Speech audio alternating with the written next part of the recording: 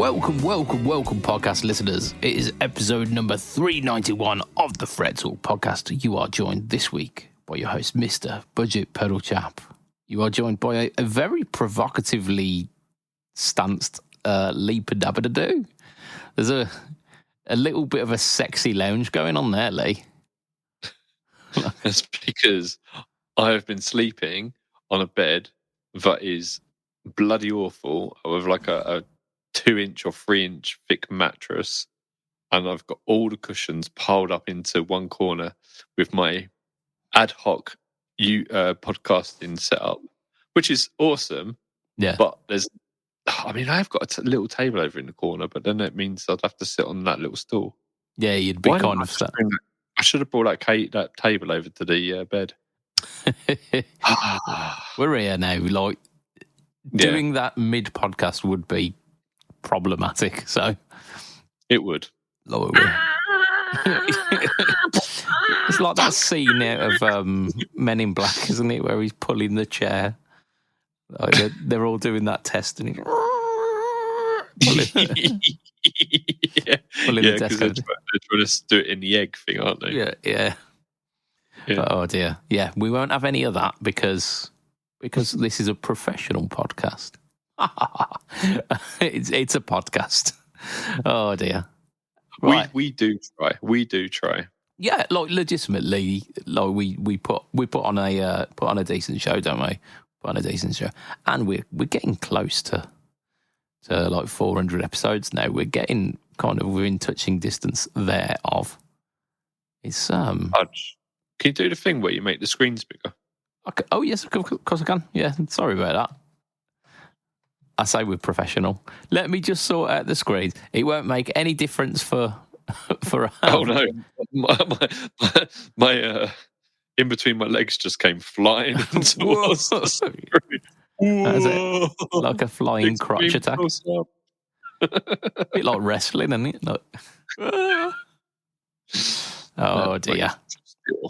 Right, so what we usually do at the start of these podcasts is we mention our sponsor, which is, of course, affordable.co.uk. Affordable bring you pedals from Demon Effects, JSFX, Muskie, Joyo 4D, Kalo, Nux, Movil, Chord, AM Effects, and Vave. All at amazing prices. They are a UK company with all of their stock ready to ship and in fantastic recyclable packaging. Check them out at affordable.co.uk. There's some pedals that have recently come back in stock. I can't remember which ones they are, but they're back in stock, so check them out. Oh, man. I think the recent weekends he's been doing some guitar shows as well. I think there was one, like a guitar show in the Wirral, or on the Wirral, should I say. And I think there might be another one coming up soon. I also happen to know that towards the end of February / start of March, he may be making an appearance at the Birmingham Guitar Show, not as a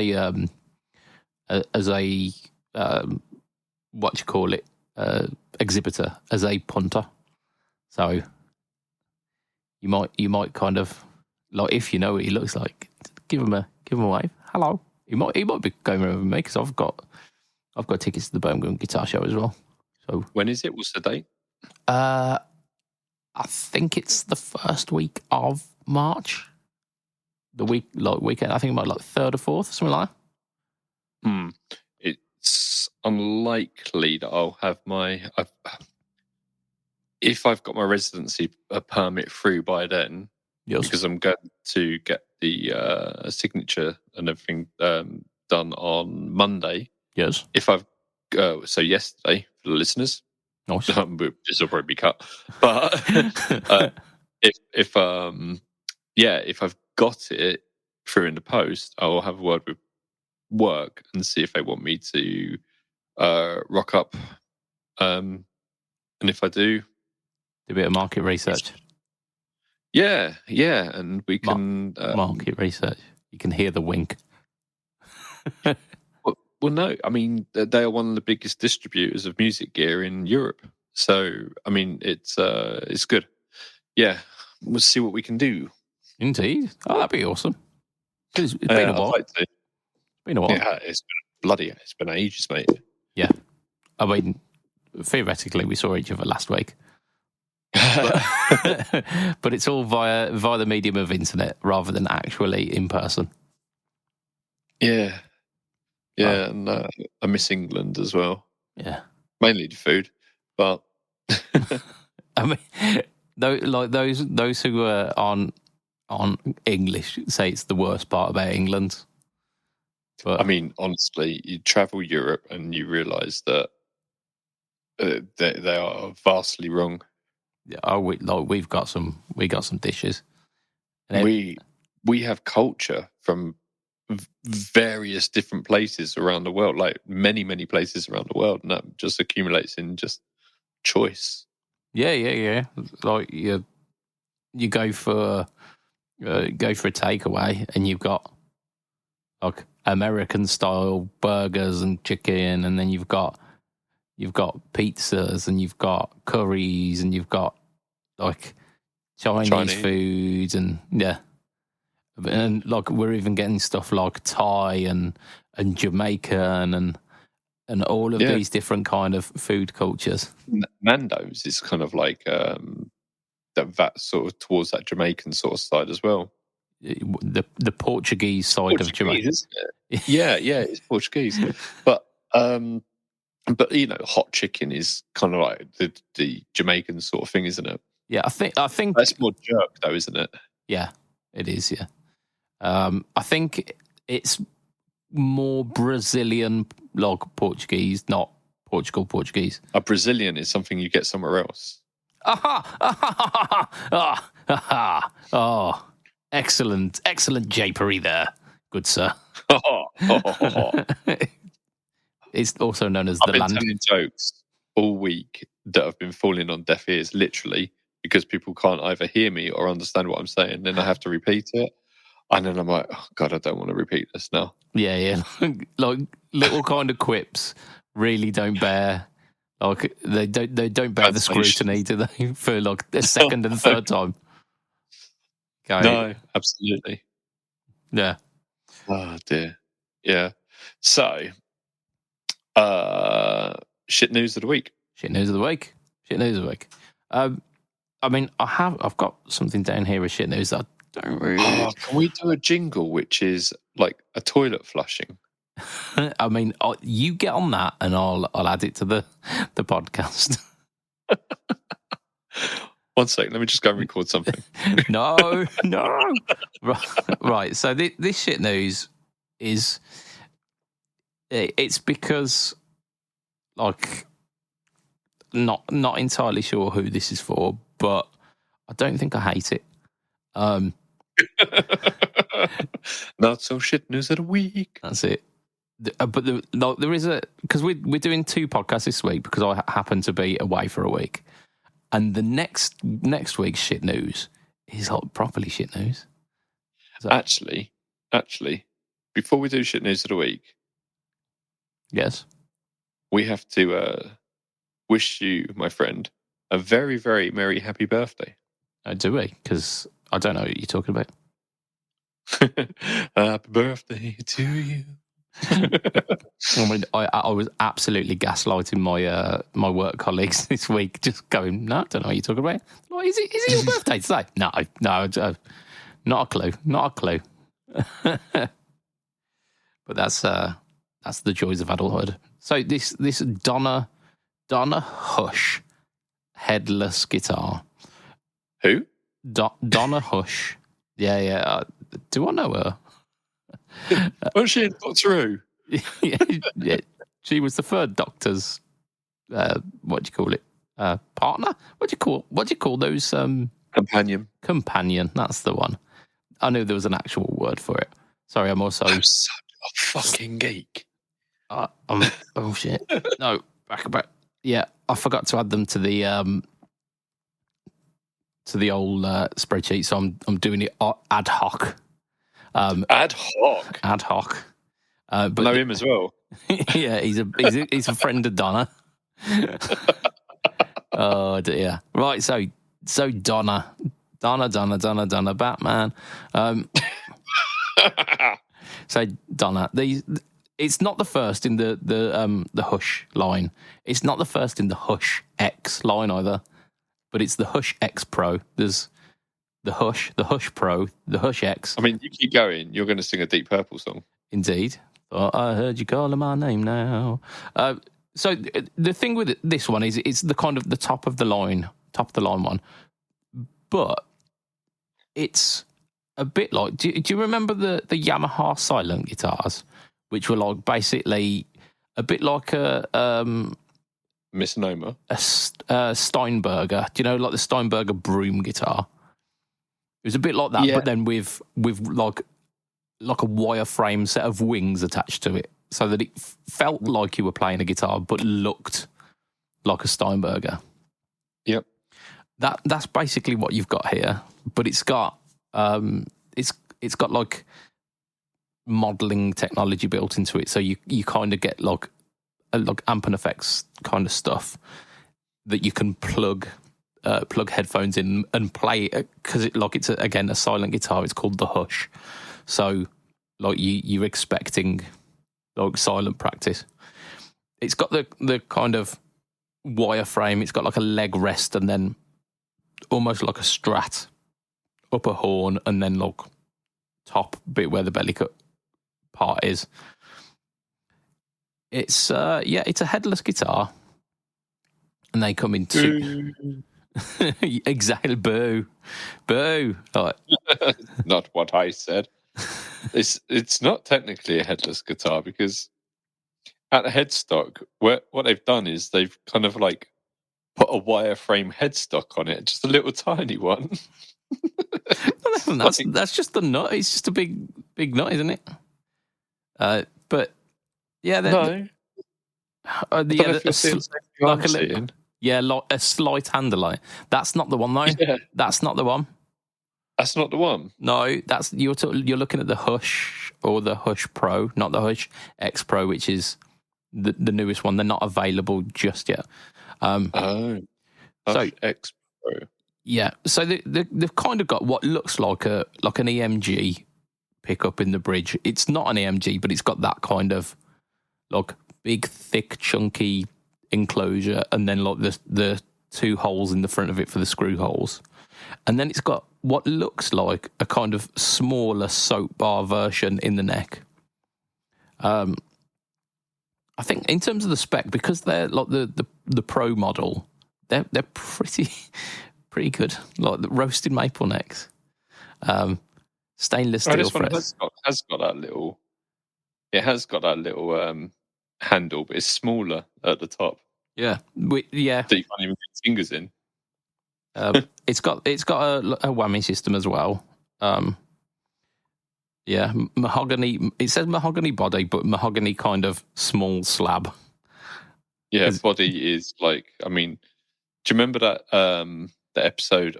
Sorry, not episode. The Monty Python and the Holy Grail, and you had like the Black Knight. I do remember. Yeah, and he had his arms and his legs chopped off at the end. Yeah, I see where you're going with it. Yeah. Yep.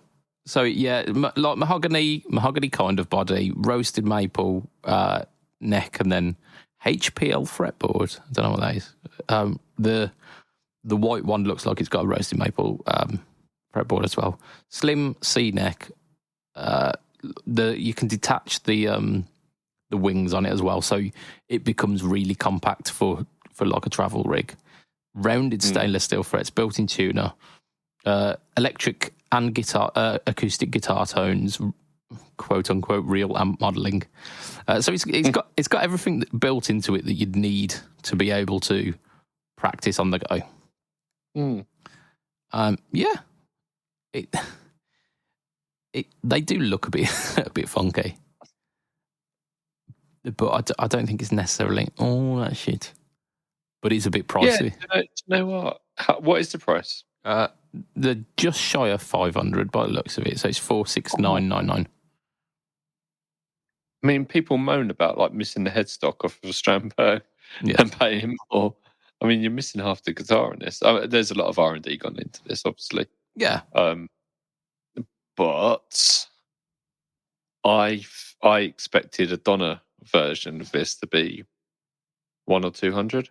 Yeah, I think the like lower tier ones, like the Hush, are more closer to that. But Okay.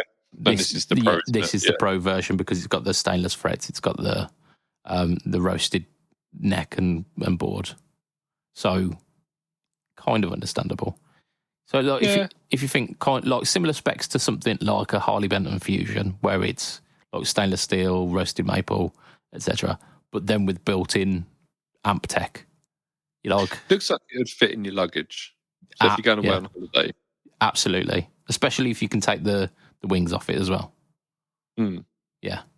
So this week's shit news, decidedly not all that shit, but it's a bit of a niche product, isn't it? Like there's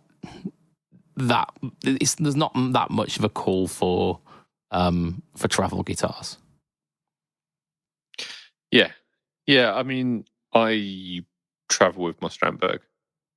Yeah, a lot, and I mean, I'm going to be doing a lot more traveling coming up, and I'll probably take my Strandberg everywhere. So I think you can get away with it. Yeah, because they are very, very small, and when you start looking at the difference between that and a foldable guitar, even though Strandberg have a prototype of a foldable guitar. Do they? I saw that years ago, yeah. But they, I mean, do I need a foldable guitar? Probably not. I mean, why not? Yeah, we had very different answers there.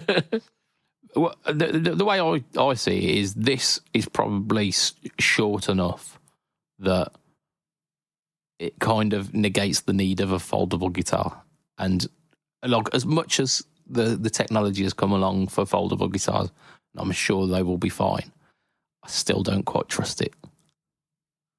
So, because you think about like flexing strings that, like once they're under tension, they're all good, but then you like take the tension off them, they can get dinged and kinked really easily, and then your strings are fucked, basically. Yeah, I've. I don't know. I think I would have to spend time with one to find out how much that is a problem. Yeah, absolutely.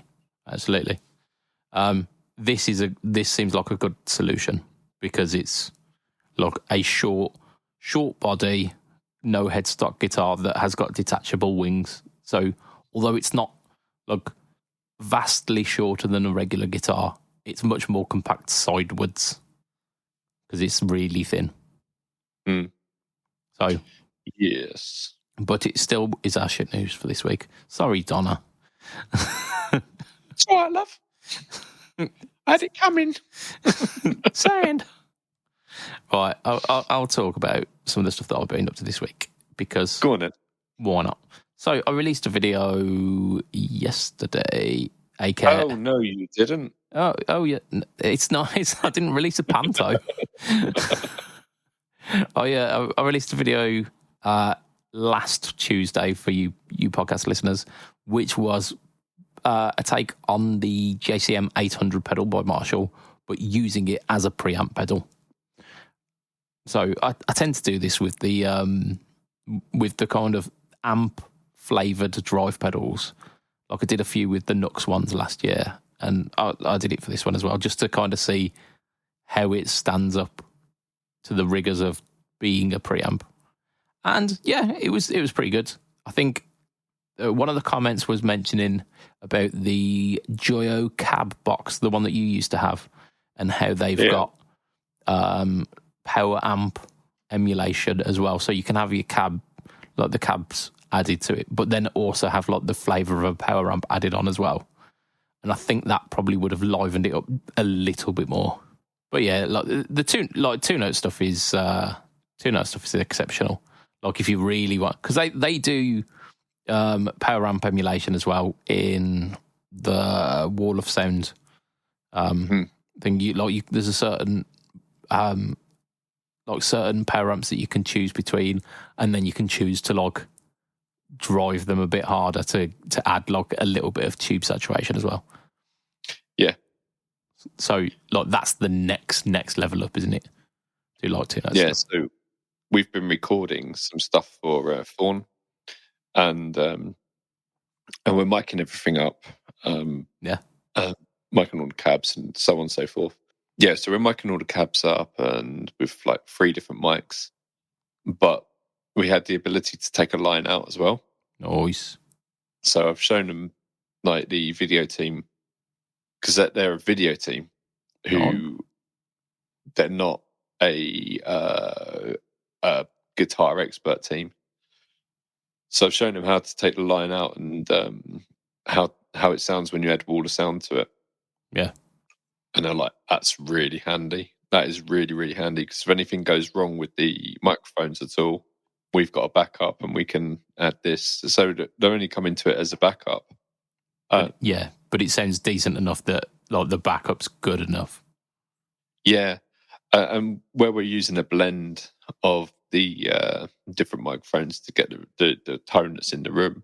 Yeah. To try and get as close as possible. You can never get exact, but trying to get as close as possible. Having that 4th channel as well to maybe blend a little bit here or a little bit there if you need it. Yeah, because you can like the reverbs that they've got for wall of sound.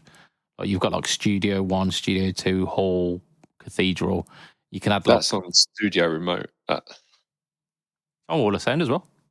Oh no, yeah. So you're talking about the different rooms that you can change. Mm-hmm. Yeah, no, absolutely, yeah. So if you're thinking of it like that, like reverbs. So you can change the different rooms that you're in. So absolutely, I showed them like we're in this sort of room, so we can add that sort of reverb to. We can add that, as you say, yeah, and the ambience of that room. Yeah, it's very handy. And you can tweak that a lot to try and get it close to the sound that you had. Yeah.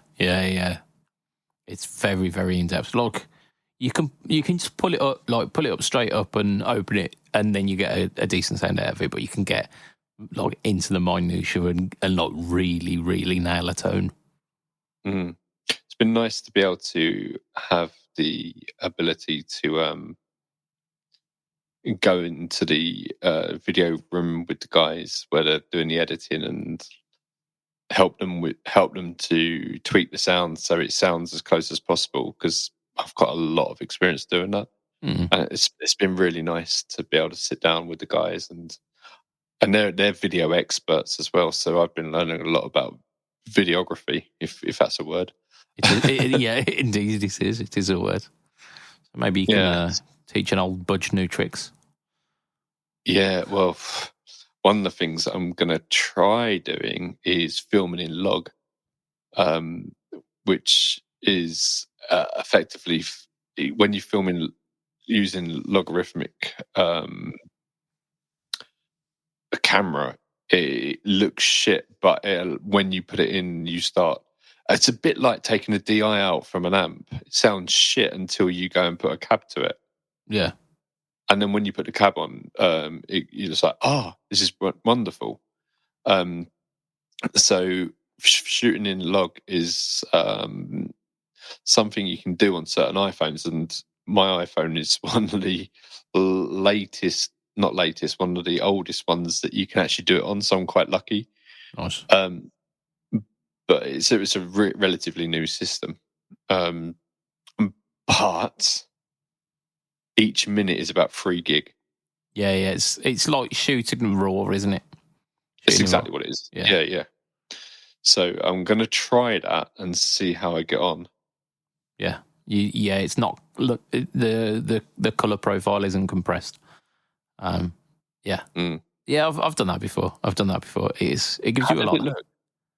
Yeah, it looks fine. Look, did it look significantly better? Worth it?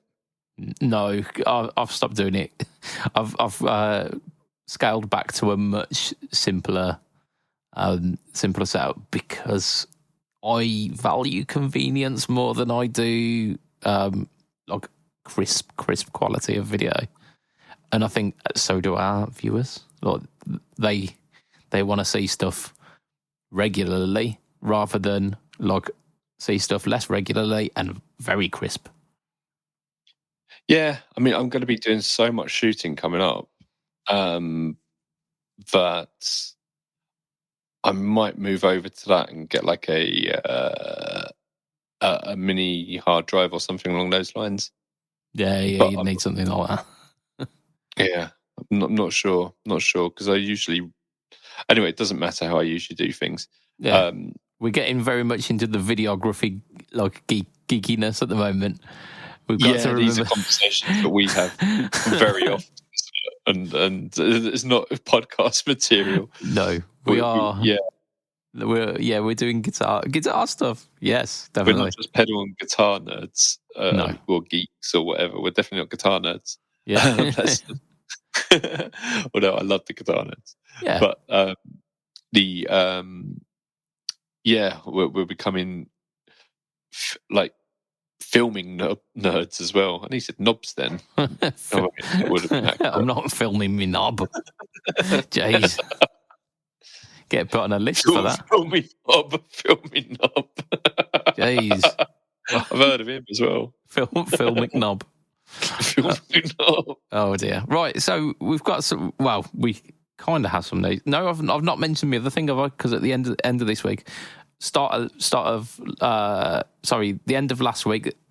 So Friday last week, on my channel was the first 4-way versus no talk or tone versus with 4 pedals, and I had to do this because it's versus the Behringer Klon, and I got so many comments in the original Behringer Klon video going, oh, but what does it sound like compared to this? And there was like the Mosky Silver Horse being mentioned, and the Nux Horseman kept getting mentioned, and I threw in the Joyo Touring as well. So we've got a 4-way Klon off. And I've been so busy, I missed that, and I want to see it. Well, because it's out Friday. It's not out yet. Oh, see, so that's why I haven't seen it. Yeah, right. But it's scheduled and filmed, and it will be out for Lee. It is already out for you, so go give it a watch. Also, we're still talking about the video, right? Yeah, yeah. Give it a watch. It's a no talk or tone versus as well, so there will be a poll with a picture poll. So vote for your favourite. Yeah, vote for your favourite poll, Lee. Yeah, it's always yours, baby. Vote for your favourite clone. I own them all, so I'm not going to get offended whichever one you choose. But yeah, I think that was mine. Yeah, absolutely. Yeah. Owns. Yeah, come get it. Look, give you back in Brum. Right. Yeah. To be fair, I've got a fair few. There's another maybe 3 I could have put in there, but I thought 4 is enough. It is funny because you don't really like clones. As far as drive pedals go, not my favourite. But they are my favourite though, as far as overdrives go. They are. You really do like a Klon, don't you? I do. I've got expensive taste. Yeah, I like the Mojo, which is like 35 quid, and you like a Klon, which is like $5,000. But there you go. Right. Yeah. There you go. It is like we're doing a bit of news now. We're doing a bit of news, kind of. By news, okay. I mean we're adding in a little bit of a segment here because it's post NAMM and there's not really anything happening. So I don't know. The news that we've got saved for the end, is something I want to talk about now. Really, because it is. It's close to my heart, and So if you don't like this next section, don't switch away. Skip ahead. Yeah. Yeah, absolutely. Yeah, just don't listen to a big chunk of the podcast. I'm sure that'll do fine for the metrics. But this should be fun because I'm thinking that I might learn a bit here because I'll let Budge explain what we're talking about and then I'll explain why. Yeah, so what we've done basically is we've taken a single style of guitar and I thought what is one of the guitars that's just kind of ubiquitous across the board. And I thought, you know what? BC Rich. It's got to be. Yeah, it's got to be the BC Rich Warlock. You can get one of those at every different price point. No, it's the humble Fender Telecaster and like Tele clones that you can get from £99. T-style. Yeah, T style, all the way up to kind of 10 grand and like even further. We're going to be looking at like the kind of the first two tiers of that. So we're going to look at the real budget end, which I'm classing from £0 to £300, which is the budget end. Look, 300 is kind of the top end of budget, but I'd say definitely still affordable for a guitar. Yeah, I think that's fair. Yeah, if we're talking pedals, then a £300 pedal is quite expensive. Absolutely. So we're looking at the kind of the budget end, and then we're going to talk about the solid mid tier, which is from £300 to £800. So just shy of the grand, because then once you get past that, you're talking a decent chunk of change. So we're gonna break 800 to £2,000 would be the next sort of tier, wouldn't it? Yeah, and like if you like this kind of segment and you like us kind of discussing through the options that are out there, we can like continue on, maybe do like Stratocaster, do some single cut double humbucker versions, and then do like the expensive ones as well. But so Press. The what? Sorry, Press. Yeah, press or even like Strandberg, not there. Brook. Yeah, yeah. I mean, with hills out there, it's the hills are alive. They are. So our first set of guitars, we're going to start off at the bottom. Actually, going to start off with the cheapest one, which is the Harley Benton TE Standard Series. Right. So this one comes in at it's £99, which back in there, £99 would have been so cheap that you wouldn't even consider it. However, the Stratocaster equivalent, like I saw a YouTube video on the Stratocaster equivalent, and a guy out there playing like theatre shows played one of those for a run of theatre shows, and said actually, legit, stands up. All he needed to do was a setup with it, and like he could play as standard. So this I assume is similar, giggable, like ultimately giggable, like basic but giggable. So we're talking ash body, maple neck, maple fingerboard, C profile, 350mm radius, which is strange for an F style T-type, because it's 13.78 inches. What are they normally? They're usually 9.5. So or 7.25. It says the pickups are TE style single cores. I'm assuming these are ceramics, but it doesn't mention. The strings are strings. There's no mention of like, when we get further up, like they mention like certain brands of strings. These are just 10 to 46. So it's like when you get a really expensive car, they brag about what tires it comes with, but when you're like buying something like a Dacia Duster or something like that, it's like, what tires it come with? Black ones, all four ones, yeah, because you give you all four of them, and you get a spare one in boot. If you really wanted to go super cheap on this as well, you could get the Harley Benton electric style T style kit for £75, but you have to put it together yourself. It's like an IKEA guitar then. Yeah, like it all comes as parts, and then you assemble it. The next step up is the Squire Sonic Tele, which is the cheapest one in the Squire range, £139. The spec on this, body poplar, so you actually get a more premium wood with the Harley Benton, with the ash. You get poplar with the body, you get maple neck, you get laurel fingerboard, so not rosewood. 9.5 inch radius, which is what you'd expect. Ceramic single coils. The rest is kind of much of a muchness. I think you're talking very similar things. Again, comes with strings. I was going to ask. Okay, so I've never owned a Telecaster. I know, gosh, but it's never been. I've never liked the headstock. That's always put me off of buying a Telecaster. Yep. And I mean, when I was growing up, they were always like for old men and status quo, which was old men. Yeah. So, I mean, as I've grown up, I've wanted one, and I know for about 5-10 years now, I've wanted to get a Blackguard, butterscotch Blackguard, but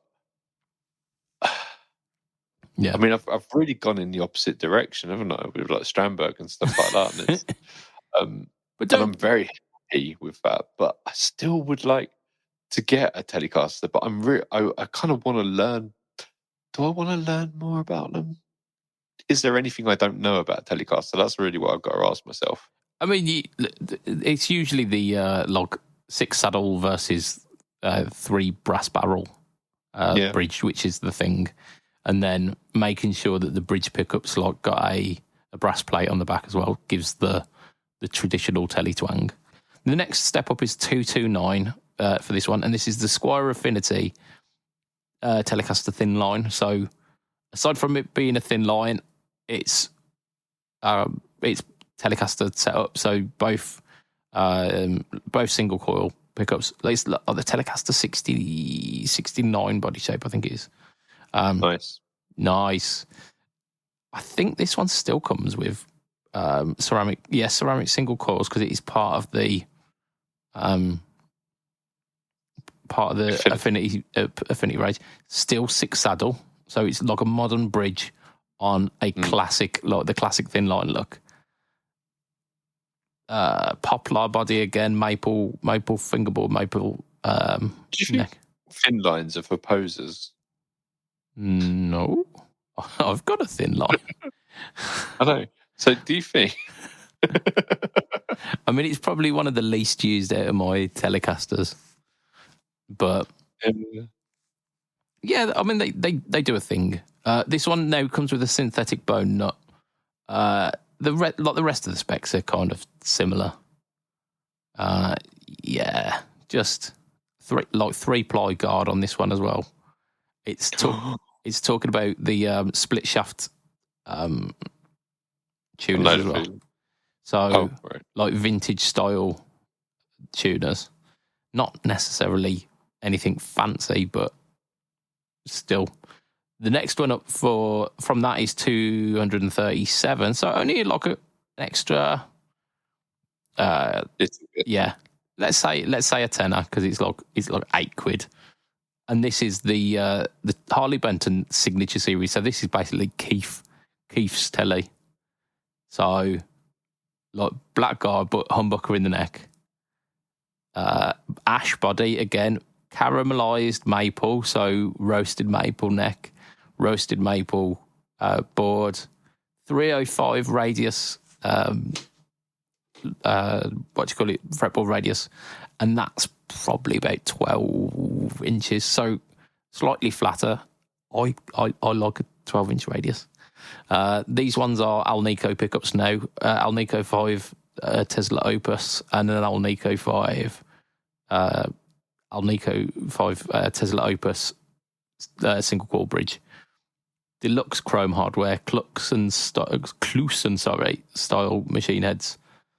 And I think it comes with a case as well. This one, like a semi-hard case, the not molded, but like hard foam cases. Right. Okay. So I would say I have a personal hatred of mixing pickups, single coils and humbuckers. Yeah. I absolutely hate it. However, this sounds like a really good guitar for that price. Yeah, like you can see the difference in the choices that have been made for this, because the other three very, very similar. Whereas this one seems to have jumped up. The final one is right. It's worth an extra £8, isn't it? Yeah, absolutely. The final one is the Larry Carlton T3, which is the lowest end of the Sire range. Mahogany body, which is very strange for a telly style. Oh, mahogany strats look really nice. Do you remember that Paul McCartney one? Was it Paul McCartney? No, it was a Telecaster, and it was George Harrison. Of course, it wasn't Paul McCartney. Wasn't the best. Yeah, correct band, not correct, not correct one. But here we go. Like mahogany body, maple neck, rosewood fingerboard, 9.5 radius, so traditional feeling. Bone nut, 22 medium jumbo frets. The pickups are LSL standard single coils. I think they are Alnico's again, but it doesn't say. And then 6 saddles, Sire standard machine head. So slightly less spec'd up in terms of like the hardware, but you can kind of see where the additional money's going. It's quite unique as well, isn't it? Especially at that cost. Yeah. Does it have the George Harrison look to it? No. This is just like a kind of vintage. I'd say it's Olympic white actually. This one. Okay. But it's got like aged white pick guard as well. So kind of creamy. May I ask, just remind me, the Keith Richards one, does that have a traditional bridge? No, that's 6 saddle as well. A 6 saddle, okay. Yeah, I'm just going to check the tuners on it actually, because I think this might be split posts as well. Because they tend to. Sounds so painful. I don't like split post tuners. Of course, it doesn't let you zoom in on the tuners. Potentially, let's see if it says it on the listing. For Judge of it's Clusen style machine heads. It doesn't say whether they are. I'd assume they're probably through hole. But out of those 5, which one are you choosing? What do you reckon? The Keith Richards one, I think. Just because if you're going to go for a Telecaster at this sort of price, I think you want to be going for something that is like a Telecaster. You don't want to be going for something that's mahogany because it will have a very different sound. Yeah, I mean, you basically find a Les Paul. I mean, you've got the Telecaster pickup, so it won't be quite that much, but it has a different resonance than an Ash body. Like Ash is what you expect with a Fender style guitar. I think the Ash over the mahogany. Actually, I'm with you on this one. I think as much as I'm not necessarily a massive humbucker in the neck kind of guy, I think that is like it's the best bang for the buck, isn't it? And like for an extra £8 on the Squire thin line, but you're getting Alnico pickups as well. Like, yes. Yeah, I wonder if the listeners agree with us. I mean, would you have gone for the mahogany one, or would you have gone? I mean, if that had if it had a single coil in the neck, so it was a proper setup, I think it'd be perfect. Yeah, I mean, you can get things that are that kind of feel, but I went for this one because it's like closest to the 300 mark and actually was pretty premium, like with the roasted. Okay. So I think that that's a fair shout on this one. The 300 to 800 range is a much broader, because all of these were like very very Telecaster-y, very very basically like either Poplar or Ash. Okay. I'm calling it now. There's going to be a Jim Root thing in here somewhere. There's not a Jim Root because I tried to stick to traditional telly setups as much as I could. So either like 2 singles or 1 humbucker and a single.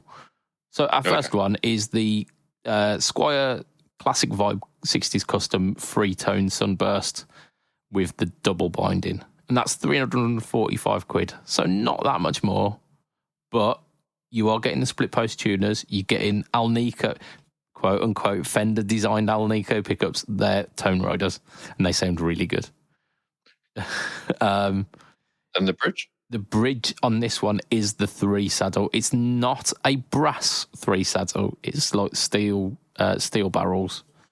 But see, I'm in two minds here because yes, it's traditional to have that, but it is actually a worse bridge. Oh yeah, almost certainly. However, the drawback on this is the woods. The body is NATO, and the fingerboard is Indian laurel. So, like NATO is almost mahogany-ish. So you're kind of talking similar to the cheaper sire. And Indian laurel always looks too light. But aside from that, like potential winner, we've got. I mean, you can order it and it will look dark for a day or two. Yeah, but yeah.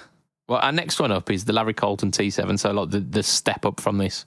This is where things start getting more premium. Alder body, roasted maple neck, roasted maple fingerboard. The brass saddle bridge, and these are 3 saddle brass saddle bridges. The pickups are just the 2 T7 single coils. I assume these ones again are Tone Riders. No, not Tone Riders, but I assume they're Alnico's. Okay. And the machine heads are premium locking machine heads. So, what are they? Anico 4s? I don't know. It doesn't say. It says 2 T7 single coils. Look, I need citation needed on this one because I'm not entirely sure if they are ceramic or. I know that telly pickups tend to be quite hot, so I wonder if they're generally Alnico 5s in tellies. Yeah, I think so. I mean, you can have Alnico too. I've got a set of Alnico 4s in something, and they sound fantastic. No, I haven't. I've got an Alnico 4 bridge pickup and a P90 in the neck. Sounds delightful. But this one's 422, Larry Colton. Very traditional telly looking. The headstock's a bit weird. Our next one is the Fender Standard, which was the ones that we were ripping a couple of weeks ago. I'll tell you what I'll do as well. I'll tell you the country of origin of these. So the Squire was, I think that's Indonesia. Yeah, Squire's Indonesia. I think the Larry Colton might be as well. Let's just have a look. To the gear page, the oldest Telecasters used Alnico 3s in the bridge and Alnico 5s in the neck. There you go. The Larry Colton and the Squire are both Indonesia. The Fender Standard as well is made in Indonesia with a poplar body, maple neck, maple fretboard. The pickups are player standard tele single coils, which are ceramic pickups. The bridge is a 6 saddle bridge with, is it string free body? Okay, cool. Yes.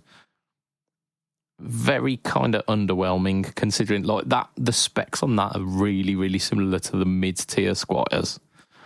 It's because it is a Squire with a Fender label. It's just like a Gibson going, okay, Epiphone, what we're going to do is your headstock's so much like ours now, we're just going to change some of the labels to Gibson and charge a bit more for it. I mean, Gibson did do that with the M2, didn't they? But it weren't expensive. It was like 200 quid. And it had Gibson on the headstock, but it was basically like the Epiphone Special 2s with Gibson written on it. And they did them for like a month on a Black Friday Amazon deal or something. Imagine them charging like 800 quid for them just because it's got like Gibson written on it. Yeah, it'd be stupid, that wouldn't it? So these ones who would do something like that? Are possibly the biggest letdown.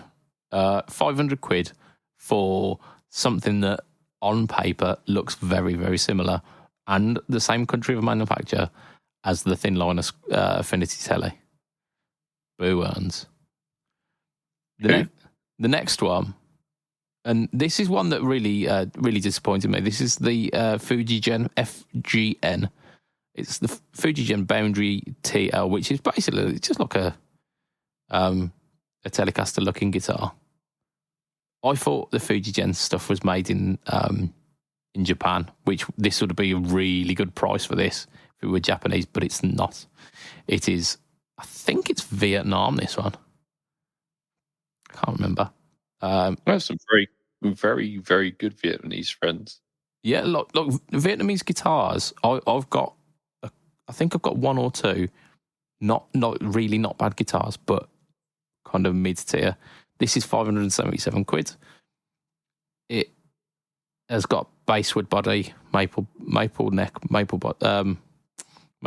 fingerboard, maple neck, U profile neck, so big chunky neck. Maybe, yeah, maybe like the closest to like original telly feeling. The bridge and neck are just kind of proprietary FGN, bridge and neck pickup. It has got the brass saddle bridge, but considering it's look, we're getting quite expensive. Having basswood as the body of choice. Got to remember, like basswood is a wood that is used in a lot of high-end guitars. Like Satch uses basswood, Vyus, I think he does. That is a wood that you do find in some higher end guitars. Yeah, you can, but it's usually chosen because of its neutrality. It doesn't tend to impact on the tone too much. I know, like some people will not be too happy about this. I got a lot of flack in my comment section about talking about the tonality of woods. People go, "Oh, it's bullshit. Wood sounds like wood." It doesn't. We have done a scientific test on this, and we have shown that woods do sound different. But if you have very strong pickups, it negates the effect of the wood. Yeah. The higher output the pickups, the less the wood makes difference. I mean, exactly. I've had it with, look, I've got that Ibanez Fireman, which is a mahogany Strat basically, and no matter what pickups I've put in it, it still sounds really, really thick because it's a mahogany body. Yeah, I mean, there could be something to do with the wiring and the pots and stuff as well. But yeah, absolutely. Yeah, like you're more than welcome to have your own opinions about it, but from my experience, I've had a difference in tonality with wood, and I would be expecting something to be Telecaster adjacent to have alder or ash, not basswood. So the next one up is the Fender Player Series, and when you compare this to the standard series, I like this. I really like this. It's £628, so not a cheap guitar, but you're getting the thing now. You're getting the thing. You've got older neck, older body, maple neck, maple fingerboard, Alnico 5 pickups, 2 new player vintage Alnico single coils, just standard sealed machine head, so nothing particularly fancy, and it's a 6 saddle bridge, but the wood's the right thing. No, it's not ash, it's swamp ash. It's alder, which they did use. Yeah. Alder or ash, I'm happy with a Telecaster. Like, you can go either.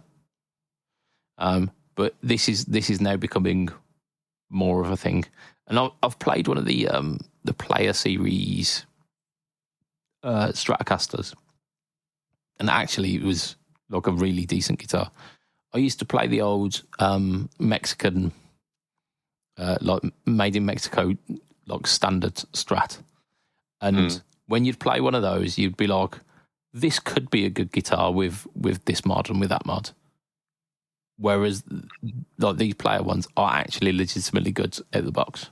But we've got two more. Here, and they're both oddballs.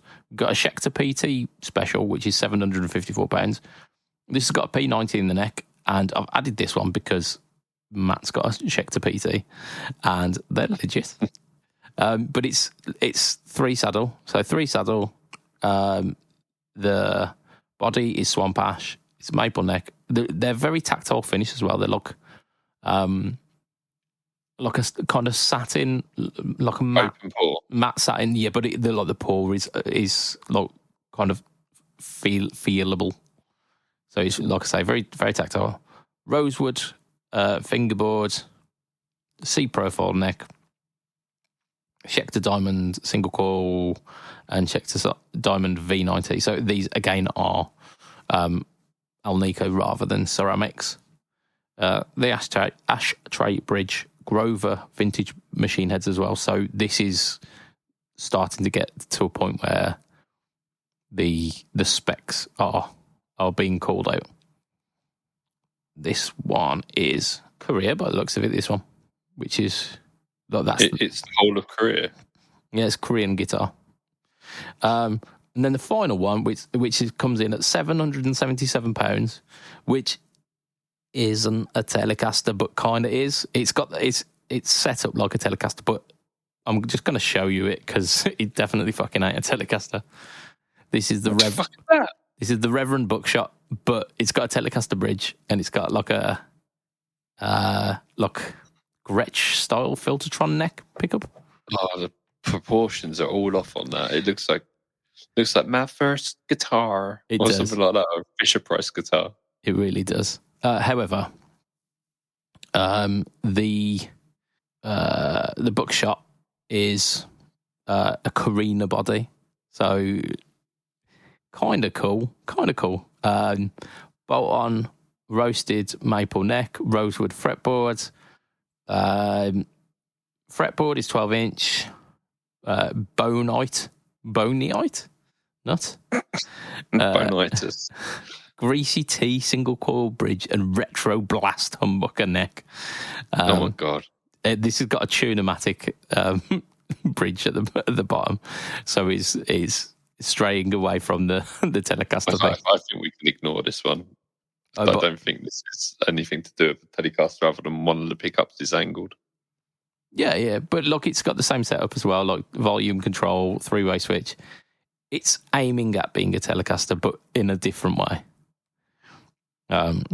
It's kind of... Well, thank you for that inclusion. If Gibson met Telecaster, isn't it? And it's got locking tuners as well. The one thing I want to talk about on the Reverend is their string tree, which is phenomenal. It's like a bar that goes across... so there's a bar that goes across the G, B, and E string. Phenomenal. Like, really good design. Love it. I've seen that a few times. They're quite cool. Yeah. You can buy them separately, but they're like 13 quid or something like that for a fucking string tree. For a string tree? The string tree that a moment ago you were saying was phenomenal. Yeah. Yeah, I imagine it will be a very good string tree. Right, out of those ones, what are your thoughts for like mid-tier Telecaster? Like, still the Keith Richards one. No, for the mid-tier. Yeah, I'm still going back to that, I guess. I guess the player, if I had to choose one of them, is the closest one. What was your winner? I like, my heart is telling me the Fender player, but I think I'd probably go for the Schecter PT because it looks nicer. It's in the tactile finish, a purple burst as well. Delicious. Our final bit, now this is interesting. This is really interesting. Let me break this one. Yeah, go for it. So you'll know that I'm a big advocate of avocados and the Boss Waza Airs. Yes, yeah. So, notorious for going on record saying they are good times. Yeah, and I mean the numbers speak as well. Like, two of our best performing videos on Pedalboards of Doom have been the Waza Air videos that I've recorded. Yeah. Yeah. So there hasn't really been much in the way of competition for them. People have come out with things that you can plug headphones into and so on and so forth. But in terms of having an amp set up built into headphones, no one's done it. Yeah. But what until now? So, yeah, what we've got is the people behind the Spark amps. Is it Positive Grid? It is indeed Positive Grid. So they have done the thing. Now, it's got the same setup, if I remember rightly. I've not got the stuff in front of me, so correct me if I'm wrong, because I think you have got it in front of you. I have indeed. So you have the Positive Grid amps, effects, all of their quality shenanigans going on inside the headphones itself, the same as you have from the Waza Airs. Yeah. But you don't have the gyroscope that you have in the Waza Airs. However, most people turn that off anyway. So, yeah, it's notoriously not been all that reliable, has it? No, this is. I was talking to someone about it yesterday, and I said, when you look down, and then move your head, and then move your head back up, the amp that was once behind you is now over in front of you, and it's a bit of a pain in the arse. Yeah, it loses tracking a little bit too easy. Yeah, and it's only because you're looking down, and it's not a fault in the gyroscope. It's let's say a fault in design, because it just doesn't work, because it expects you to be looking forward all the time, and we do tend to look down at our fretboards much more than we should do. yes, we do that. And you could say it's about being a bad guitarist, but I mean, most of us aren't professional guitarists. Yeah, like the people who are using these aren't going to be pro guitarists, are they? No, they a lot of people, a lot of pro guitarists are using them and taking on tour with them. You know how they would practice backstage with a small amp? Yeah. Well, they're using them for that. So like Malmsteen and stuff, they're using the Waza Airs for that. I bet they don't have any problem with the gyroscope getting out of whack. No, probably not. But I do. Yeah, it's a skill issue. yeah, absolutely. But on the Positive Grid ones, they've taken it out. Haven't added it. Let's say it that way, that. Yeah. Rather than taking it out, they haven't bothered including it because it's a feature that most people aren't that worried about.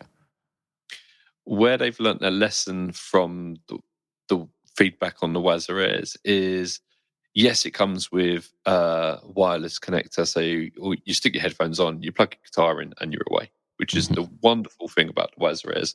Like mine are just over there. I travel with them all the time. It's not a case I won't leave the house without them, but I won't leave the house for a long period of time without them. Yeah. They have the issue that once the wireless is out of battery, even if the headphones are still charged, you can't play. Even though they have this, they have a port on them where you can plug the wireless adapter in to pair it, but you can't plug your guitar directly in with a lead. Yeah, I don't know why, but on the Positive Grid ones, you can do that. What they haven't done, which a lot of people ask for, is put an output jack on there so you can record with them. Yeah. Which is a missed opportunity, I must say, because it was probably the most asked for feature for anything. What they have done, however, is brought these in at a price point that is approximately half the cost of the Waza Airs. Yes, yeah, they are a very tempting price point, aren't they? Yeah, $199, I think, or euros or whatever. So 199 of your best, finest currency. Yeah, 199 currencies. Yeah. So have I missed anything on there? No, I think that's about it. I think there's more amp models than you find in the Waza Air, because it's Positive Grid, and Positive Grid is obviously like a more expansive setup. Yeah. There was a difference, if I remember rightly. You get 4 built-in presets that you can switch between, whereas on the Waza Air you get 5. Oh, fancy! They also have the AI. What was it, like AI EQ kind of thing? Is it like wireless guitar rig AI something or other? I know it says it like. I'm a bit wary of people slapping the letters AI on things when new things that they bring out. Everyone seems to put AI on stuff all the time, so I'm not sure. Was it Hoto Normur that did something where it had like an AI EQ, where it like EQs your it's like a finishing EQ, like a mastering EQ. I think that was Moore. Yeah. So if it's something like that, that's kind of cool. But yeah, so very, very, very tempting price point. Yeah, I'm going to try and hit up Positive Grid because we've done a couple of videos on it on the Waza Airs, and they've been very, very popular. Yeah. So let's see if they will respond to that. I've never had contact with them before. If I'm lucky, yeah, we'll see what we can do. Yeah, it'd be nice to get them in, wouldn't it? Because it would be a nice comparison. But it's interesting that someone's kind of stepping up to the market leaders, kind of and trying to get a slice of that pie. Yeah, I mean, competition is good. Yeah, and no one else was doing it. And I've asked Boss on multiple occasions, "Are you going to do a version 2 of these? When you do, can it be USB-C? Because they're the micro USB. Can not the T-shaped one, the other one, the one that's flattered. It was from the PlayStation 4 controllers. Is my reference point. Oh, okay, like micro USB. Probably the one that's flat on one side and then like slightly curved on the other side. Yeah, almost like a mini HDMI. Yeah. I know the one. Getting technical about the types of USB, but USB-C, like everything charges with that these days, so it makes sense to have one of those. That. Oh yes, I know the one. So that's us for this week. That's we've done some guitar news. Yeah. Are you tempted by these Spark headphones? Maybe. Yeah, like it's an interesting entry point. I was never tempted by the Waza Airs. I just didn't really care for it. But these new ones, they say they hint that they've got some sort of noise cancelling on them. But I get the impression that's just from them being over the head earphones. Okay, yeah, like kind of noise suppression rather than kind of active noise cancelling. So I have built-in noise suppression in my body. I can stick my fingers in my ears. Yeah, mono to stereo converter. Right, we're going to wrap it anyway because it's the end of the podcast. We're going to continue on page where we're going to talk about some old rock guys doing old rock guy things. Oh dear. Yeah. Boomers do what boomers do best. That's it. Boomer's gonna boom. Yeah, we're also going to have a very funny shit joke. Oh wait, have you teed it up? Budge, they're always really funny. Right, so we're going to extend a thank you to our listeners. That's you. You've made it to the end of a podcast, you beautiful, beautiful people. I'm going to extend a double thank you to Mr. Affordable.co.uk. Check them out. Really good for any of the budget pedals that you may desire.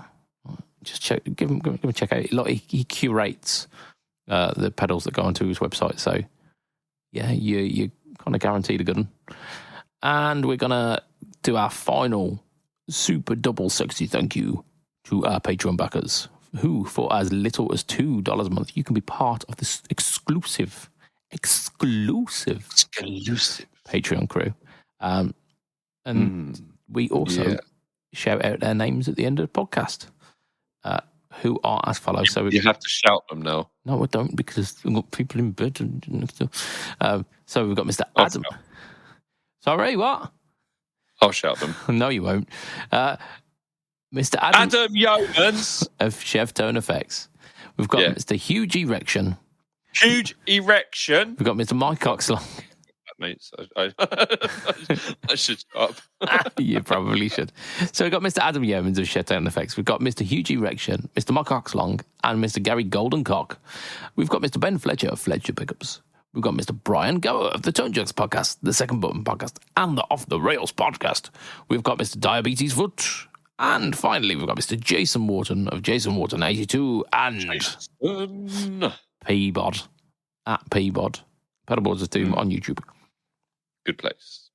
Indeed. I frequent there. If you want to find me online, I am Mr. BudgetPedalChap. You find me at Instagram, Facebook, YouTube, and the other one at BudgetPedalChap. Lee, where can we find you? You, my friends, can find me on Pedalboards Doom Group. You can find us on Facebook as myself. That's where I normally am. But you can also find me working at Fawn Sound Labs, the wonderful new pedal company, where we will have sound files for you very soon. Like, I hope to have them today, and it's frustrating me now. I just want to be able to put them out. But I'm hoping tomorrow I can start drip feeding them out to people. Nice.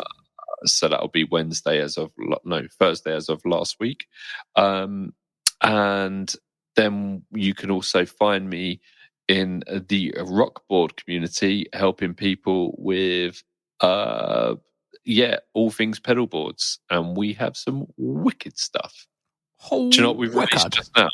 Do you know what we've just added to our thing, right? Cable ties that are magnetic.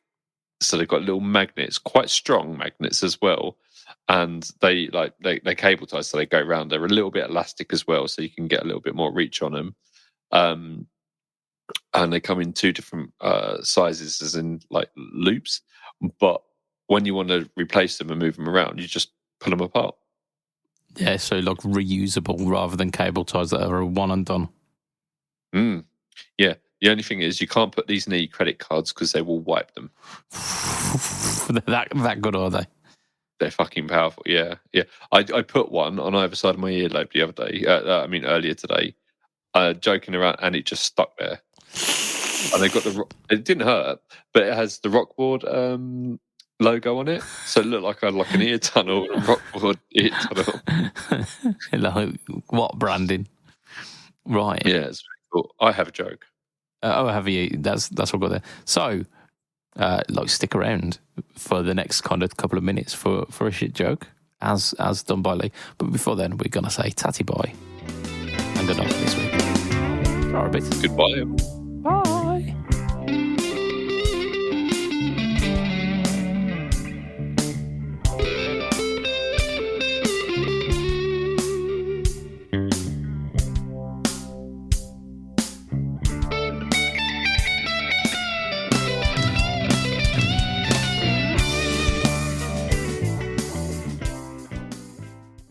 What do you call a fake noodle? I don't know. What do you call a fake noodle? An impasta. Okay, we're having it.